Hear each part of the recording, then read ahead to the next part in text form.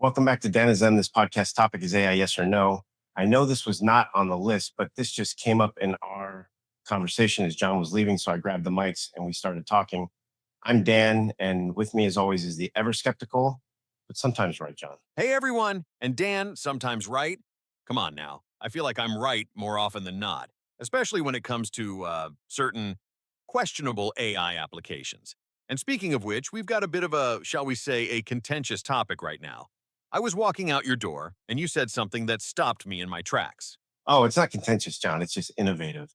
So right now we are in a debate. We're diving into something super personal for me, actually. I've been uh, using ChatGPT as my personal training coach since the end of last year. Hold on.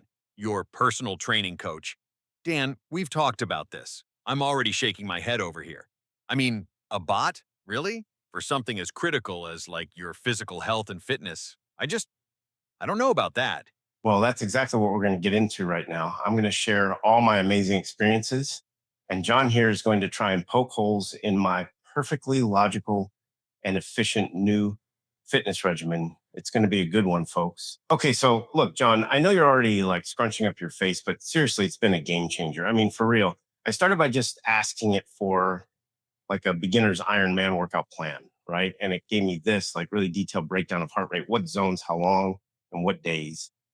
It was actually pretty impressive. And then I started getting more specific. I told it my goals, my current fitness level, any, old injuries I had, and it adapted. It tweaked the plan, suggesting different exercises that were safer for my knees and ankles, for instance. It was like having a super attentive, knowledgeable coach, but available 24/7. No scheduling conflicts, no judging stares. And it's not just the workouts either. I've asked it for diet suggestions based on my caloric needs and preferences. Like, hey, Chat GPT, give me some high protein, low carb meal ideas for a week and make them work with my diet that I've been on for over a year now. And boom, it's there instantly. It even gives me a shopping list sometimes, which is honestly a lifesaver. And get this, it even does motivational stuff. Like if I'm feeling a bit sluggish, I'll just type in, hey, I'm feeling unmotivated today. Give me a quick pep talk. And it spits out something that's actually, you know, pretty encouraging. It's not like a human connection, obviously, but it's enough to give you that little nudge. It really has just made the whole fitness journey so much more accessible for me. Seriously. Whoa. Hold on a second, Dan. Seriously? You're actually like trusting an algorithm, a chatbot, with your personal health and fitness? This is this is where I draw the line, man. This is exactly what we talk about on the podcast. Are we using it too much? We do use it to produce the show. And for this, it's a resounding no from me. I mean, what about safety? What if it tells you to do an exercise that's completely wrong for your form or for that old knee injury you mentioned?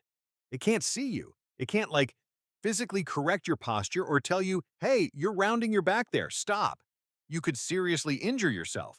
This isn't just about, like, getting a recipe. This is your body. And accuracy? How do you know its suggestions are even, like, medically sound or tailored to you specifically, beyond the basic data you input? There's no human intuition there, no real-time feedback loop. A human coach, they watch you, they notice if you're grimacing, if you're struggling more than expected, if your technique is off. An AI can't see any of that. It's just spitting out text. What if you have like a sudden pain during a workout? Are you going to type it into ChatGPT and wait for it to tell you what to do? That sounds incredibly risky, to be honest. It just lacks that crucial element of human oversight and, frankly, common sense when it comes to the nuances of the human body. Yes. But John, you're looking at it too narrowly, man. You're focusing on what it can't do, not what it can do, right? My coach when I had one was not right next to me when I was training. Hell, one of them was in California. How in the hell is that going to help me? No, I'm focusing on the very real dangers, Dan. Seriously, this is. Okay, hear me out. The beauty of ChatGPT is its sheer processing power.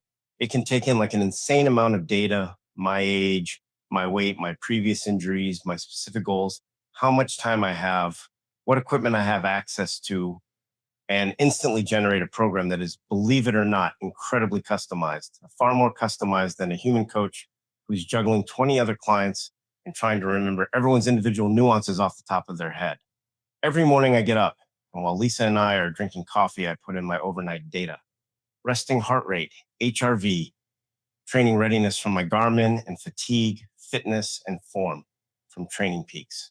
It then tells me what that means and tells me if I almost said what we are going to do that day, or to continue with the training that we outlined at the beginning of the week, or change it based off of the info I just gave it. But it doesn't feel Dan. That's the fundamental problem. It doesn't see your form. That's what I'm getting at.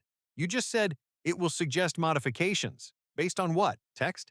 If you type the words, I have a twinge, it can't assess the severity of that twinge. It can't tell if it's a slight discomfort or the precursor to a serious tear because it can't see you. Neither can the coach in Cali. This is where the emotional intelligence, or rather, the complete lack thereof, comes in.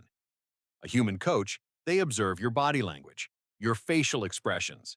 They know your actual limits. They can push you safely or pull back when they sense you're pushing too hard. An AI just gives you a number of reps. It doesn't know if you're grimacing through them because you're really hurting or just because you're finding it tough but manageable. But that's where I, as the user, have to be the input, John. I tell it. I'm the one who provides that real time feedback. I'm responsible for my own body, obviously. And honestly, a lot of human coaches, unless they're right there with you one on one for every session, aren't seeing every single rep anyway.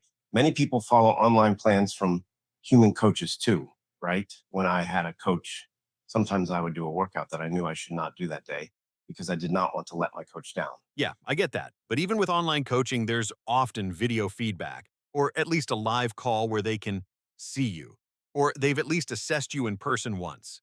An AI can't see your squat depth. It can't tell if your back is rounding on a deadlift. That's just a recipe for injury, plain and simple. And what if you get stuck? What if you're like mentally struggling that day? An AI isn't going to give you that pep talk, that human connection that can genuinely motivate you or lift your spirits. It's just lines of code. It can give motivational advice, actually. I've had it generate incredibly encouraging messages that felt personalized. And for form, I mean, I can look up videos myself, right? It's providing the structure, the plan, the logic.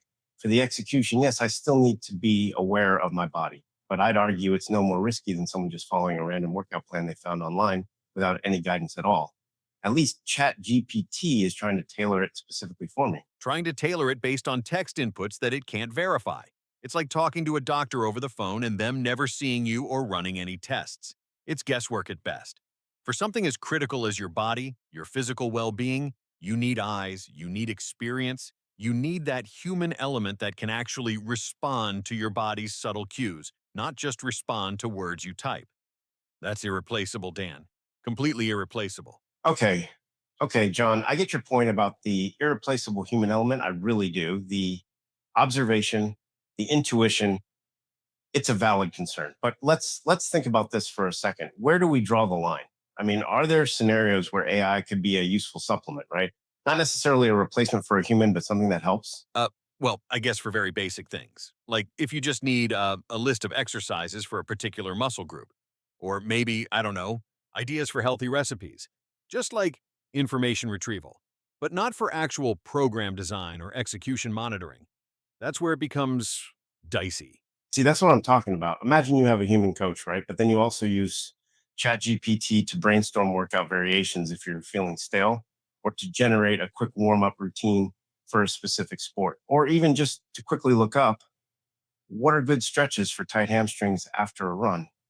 It could be like an always on super smart assistant for your human coach. Hmm. I suppose if you frame it strictly as a tool to assist a human, not to replace them, like a fancy calculator for a math teacher. The teacher still does the teaching. The calculator just helps with the numbers. But the temptation, Dan, to just rely on it completely it's very strong. And that's what worries me. Yeah, I mean, I guess for me, the accessibility part is huge. Not everyone can afford a personal trainer, or maybe their schedule doesn't allow it. For those people, is some AI guidance better than no guidance at all? Or just blindly following random YouTube videos all day long? That's a tricky one. I still lean towards saying that for proper, safe, and effective training, a human being should be involved at some stage, especially at the beginning. But yeah, you're right. Not everyone has that luxury. It's a very complex landscape, isn't it? Totally. And I think we're seeing that with so many applications of AI. It's powerful, it's evolving super fast, but knowing where it fits and where it genuinely falls short, that's the $1 million question. So I guess we agree to disagree on whether it should be your primary fitness coach. Yeah, I think that's fair. I'm still firmly in the no, absolutely not camp for it being a primary coach. My gut feeling is just screaming risk on that one. But I can concede that maybe, just maybe, as a very, very specific, limited supplementary tool, it could have a place. A very small place. Uh, a very small place, I'll take it. At least it's not an outright never ever touch it. So for me, it's a solid yes for my current setup. For you, it's a no, not really, but maybe a little bit as a sidekick to a real coach. Precisely. And that's exactly what this podcast was about, right? Where do we say AI yes and where do we say AI no? And this one, for me, it's still mostly a no. But we do use it here to fix background noises and clear up our voices. I should say your voice. Wait a minute. I was not born with a golden voice or the right way to use it like you were. All right. Well, that wraps up another episode of Danism. Man, what a debate today, John. Yeah, absolutely, Dan. Always a lively one when we dive into these topics. My brain is still spinning a bit from the potential injuries of unsupervised ChatGPT workouts. Still giving me grief, huh? Well, for those of you listening, we'd absolutely love to hear your thoughts. Have you used AI for your personal training, or would you ever consider it? Jump into our DMs, or you know, hit us up on social media. Let us know what you think. Yeah, we're really curious to see if anyone out there is on Dan's side, or if more of you are with me in the maybe not for my biceps thanks camp. It's such a personal choice, isn't it? It really is. And I guess the takeaway for today, at least for me, is that while John and I might still disagree on whether Chat GPT should be your primary fitness coach, I'm a resounding yes. He's a very firm no. We can both see that AI is shaping so many aspects of our lives. Agreed. It's about finding those specific use cases where it truly enhances things or, just leaves well enough alone. Exactly. So for my fitness journey, it's a yes. For John, maybe a small yes for very, very minor things. A tiny, tiny yes if a human is standing right there watching over it. Perfect. Well, that's it for this one. Next time on the podcast, if John leaves today before we get into another one, should HOAs and how they are not good, in my opinion. Ooh, that's going to be another interesting one. I have some strong opinions on that, too. So make sure you tune in. Absolutely. Thanks so much for listening, everyone. We'll catch you next time on Danism. See ya.